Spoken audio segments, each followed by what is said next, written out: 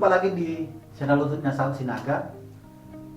Beberapa waktu yang lalu, channel ini menyampaikan informasi terkait dengan petani kelapa sawit begitu. Nah, tentu ada satu persoalan, mungkin banyak. Kalau kita urut dari A sampai Z, persoalan petani sawit khususnya banyak sekali. Tapi yang sering ditanyakan adalah soal terkait dengan harga. Gitu ya. Pertanyaan, kenapa harga jual kami kecil? Kenapa kemudian kami tidak bisa mengakses penjualan langsung ke pabrik? Di mana peran pemerintah misalkan? Nah, hal-hal kayak gini selalu ditanyakan oleh ketua-ketua, bapak ibu petani kelapa sawit gitu ya. Karena ini menjadi penting bagi mereka. Apakah sebenarnya kalau kita bertanya apakah petani itu terlibat dalam penentuan harga gitu ya. Nah, sepengetahuan saya, petani itu terlibat dalam penentuan harga TBS. Terlibatnya tidak secara individu tapi, nah, maka keterlibatan petani itu melalui kelompok atau kelembagaan petani yang ada di kabupaten. Nah, biasanya jenjangnya di kabupaten biasanya ada pertemuan sebulan sekali yang melibatkan pemerintah kabupaten melalui dinas perkebunan atau pertanian misalkan yang menaungi perkebunan kelapa sawit ya.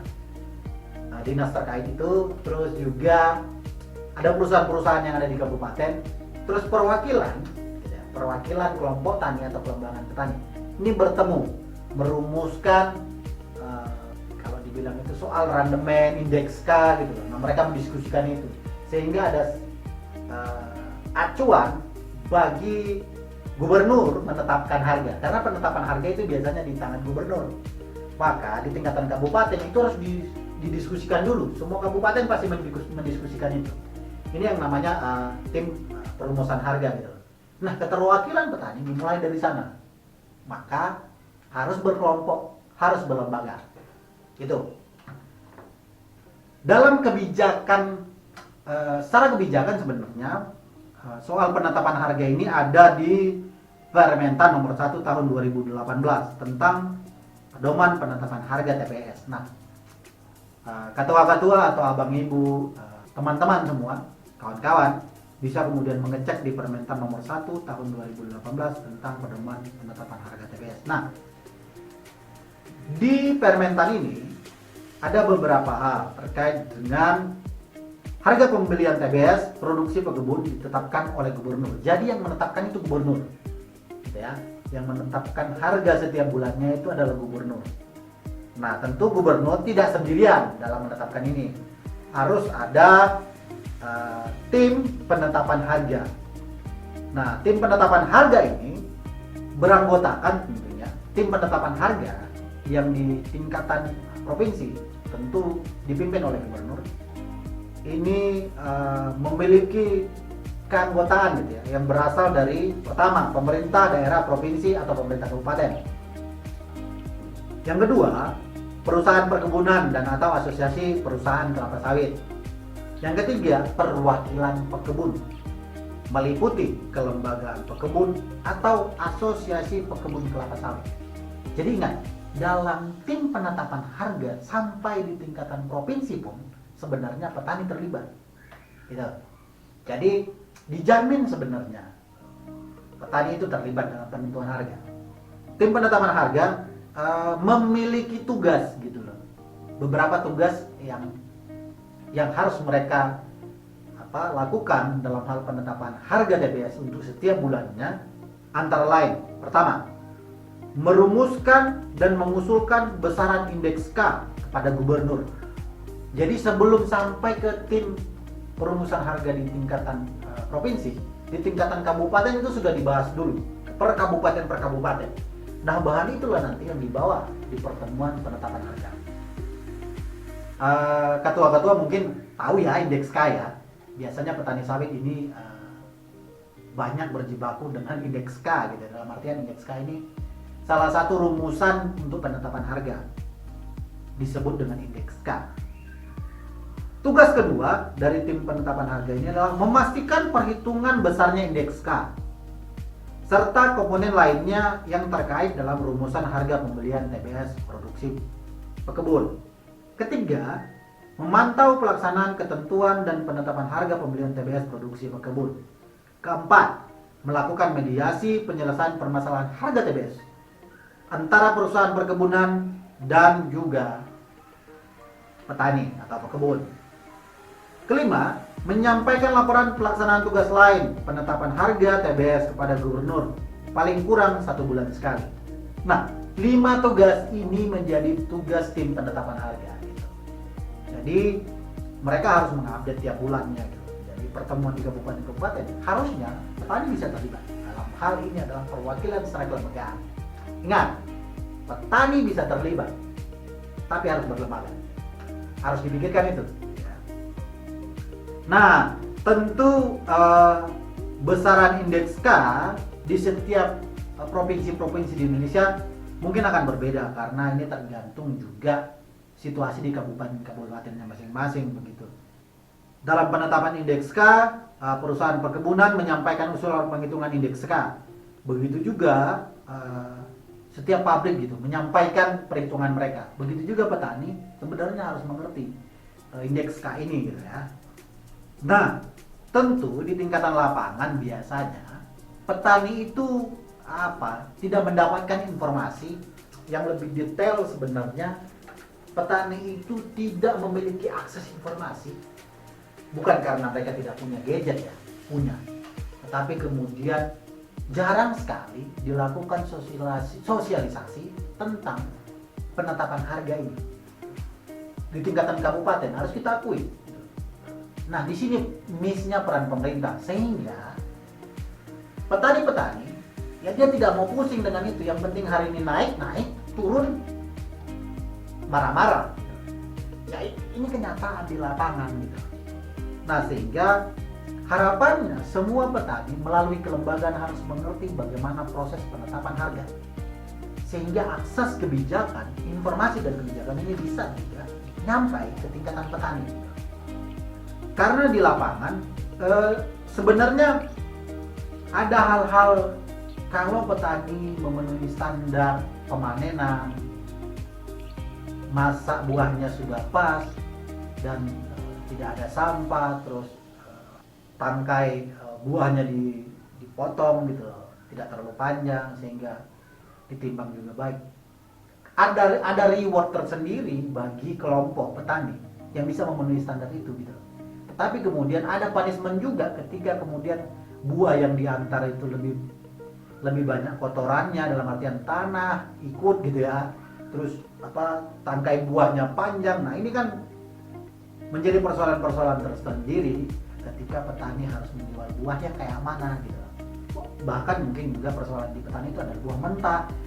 Dilihat misalkan merah tapi begitu dipanen jatuh di bawah, aduh kok masih hitam buahnya gitu. Nah, ini menjadi persoalan-persoalan tersendiri. Nah, tentu kita berharap petani-petani dalam hal memanen buah dan penjualannya secara kelembagaan itu bisa memenuhi standar ini gitu, sehingga harganya bisa sesuai dengan harga penetapan di provinsi. Selama ini kan kita tahu bersama harga di provinsi misalkan 1.300, 1.700 misalkan di provinsi untuk buah 1 kilo misalkan. Sampai di petani ya paling tinggi 900, 950 gitu. Nah, ini kan persoalannya panjang gitu. Tidak hanya soal misalkan petaninya tidak berkelompok atau penampung buahnya juga jauh atau akses kita ke pabrik jauh kan gitu. Nah, ini menjadi persoalan-persoalan lain. Komponen biaya yang harus ditanggung oleh petani ketika mendapatkan harga di pabrik yang disebut dalam indeks K tadi, itu ada beberapa komponen. Yang pertama itu pengolahan, yang kedua pemasaran, yang ketiga pengangkutan ke pelabuhan, keempat penyusutan pabrik, kelima biaya operasional tidak langsung. Nah, 5 hal ini ada di dalam indeks K yang jadinya secara sederhana saya memahami ditanggung oleh petani. Nah, untuk pengolahan sendiri misalkan biaya umum pabrik dan pengelolaan limbah itu dikenakan tanggungan untuk jadi landasan merumuskan indeks K-nya berapa. Sedangkan dari gaji dan tunjangan, ada gaji dan tunjangan pegawai staf di pabrik. ada gaji dan upah pegawai non-staf di pabrik, ada biaya alat dan perkakas kecil, ada biaya bahan kimia dan perlengkapan untuk pengelolaan, ada biaya bahan dan alat analisa, ada bahan bakar, minyak dan pelumas, ada biaya penerangan dan air, ada biaya pengangkutan di dalam pabrik, serta ada juga biaya pemeliharaan, baik itu bangunan pabrik, pemeliharaan mesin, instalasi, dan perlengkapan lainnya, serta biaya pengapakan atau pengemasan. Nah, ini semua ditanggung oleh petani ketika harganya 1.700 ya sudah, dalam hal itu sudah ditanggung oleh petani gitu, dikenakan indeks K itu. Nah, yang jadi merugikan adalah beberapa biaya ini semua itu. Yang pertama itu tidak jelas peruntukannya, walaupun di sini misalkan pengiriman dari pabrik ke pelabuhan itu ditanggung jadinya oleh petani. Penyusutan mesin pabrik, instalasi dan bangunan pabrik itu ditanggung oleh harga, penentuan harga ini gitu. Nah, makanya kadang terjadi kemudian harga TBS petani itu kecil. Nah, ini yang harus diperjuangkan oleh kawan-kawan ibu ketua-ketua yang punya kebun sawit. Memperjuangkannya nggak bisa secara individu, harus berkelompok gitu. Nah, sebenarnya akses dan informasi ini penting bagi kawan-kawan, bapak ibu, ketua-ketua yang punya lahan sawit gitu. Karena kita tahu bersama indeks K ini masih menjadi persoalan tersendiri dalam penetapan harga. Ya, beberapa biaya tadi misalkan gaji dan tunjangan pegawai gitu, itu dipotong dari harga TBS gitu. Jadi logika yang pernah saya ikuti pertemuan dengan Dirjen Bun begitu ya, Direktur Jenderal Perkebunan dari Kementerian Pertanian gitu. Ya, bahasa yang dipakai adalah petani itu jadinya nitip giling atau nitip buah ke pabrik terus diolah jadi CPO. Maka ketika kita nitip gitu ya, kita dikenakan biaya-biaya. Nah, itu gitu. Nah, sementara kan ini seharusnya tidak demikian logika yang dipakai begitu. Nah, pemerintah harus hadir di sana ketika harga sawit anjlok. Ya, tidak mungkin kan semua poin-poin biaya yang dikenakan melalui indeks K itu ditanggung semua oleh petani. Ya, bisa jadi sebenarnya harga TBS kita jauh lebih besar, tapi karena ada indeks K bisa jadi kecil.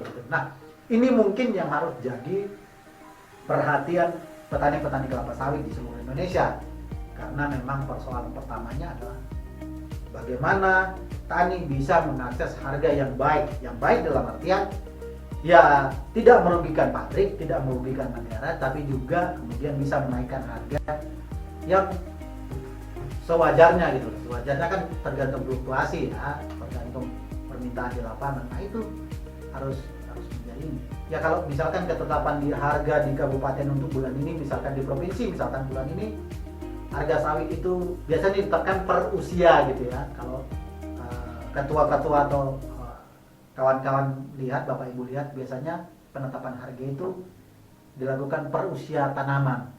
Usia 3 sampai 5 itu sekian harganya per kilo. Usia 7 sampai sekian itu sekian harganya. Nah, ini harus diketahui oleh petani. Tapi kan biasanya ya harus kita akui juga karena akses pabrik ke kebun petani itu jauh. Maka ada kemudian penampung-penampung buah, tengkulak-tengkulak yang menjadi perantara, penghubung antara petani dan pabrik. Bisa saja kan kemudian tengkulak atau penampung buah itu kemudian bersama petani kemudian membentuk kelompok gitu, mengarahkan petani untuk membentuk kelompok sehingga penjualan kalian bisa jauh lebih baik gitu. Atau kemudian perusahaan itu bisa lebih dekat dengan petani, minimal misalkan bermitra gitu, kerjasama yang jelas dan berkeadilan gitu.